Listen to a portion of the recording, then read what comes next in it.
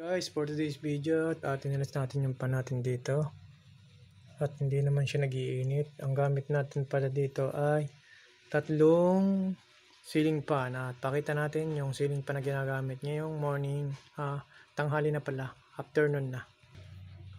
Yan yung isang ceiling fan at hindi namin ginagamit itong sa kisil ko. At ang ginagamit namin ay itong ating solar fan.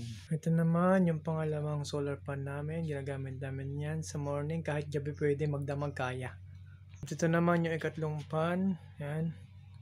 Nagagamit to sa morning kahit magdamag kaya. Hindi naman siya malakas sa battery. Kayang-kaya niya ang solar fan. At hanggang dito na lang ang video na to. At papakita ko din yung isang video sa kabila naman ng ating setup. Itong mga to ay naka-solar. Gumagana yan sa inverter. Malakas ang mga yan. Dito siya. Nag-extension tayo. Ginamit natin dyan. Yan. Yan.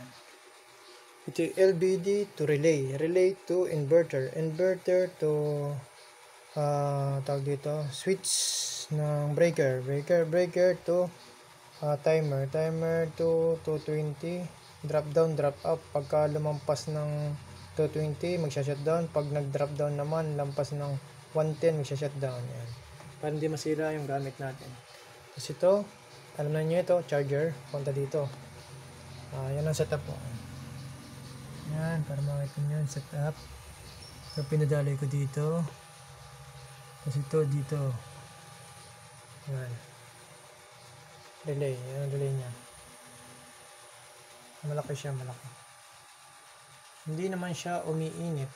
Sakto lang. Parang inverter, hindi rin namin. Kasi may pan, nakikot dito yung pan nagapang. Yung pan na ito nagapang dito. Ginamit ko din to kanina, pang hinang at naghinang. Naglagay nga pala ako ng wifi dun sa ating tricycle na service ng dalawa. At gusto doon nila ng may wifi. Para pag uwi na nakapanood daw sila ng YouTube. Naglagay nga pala ito ng wifi dun sa tricycle na ginagamit natin. Hanggang dito na lang guys at nag-charge ako. Charge ko na yun sa kong cellphone. Yan.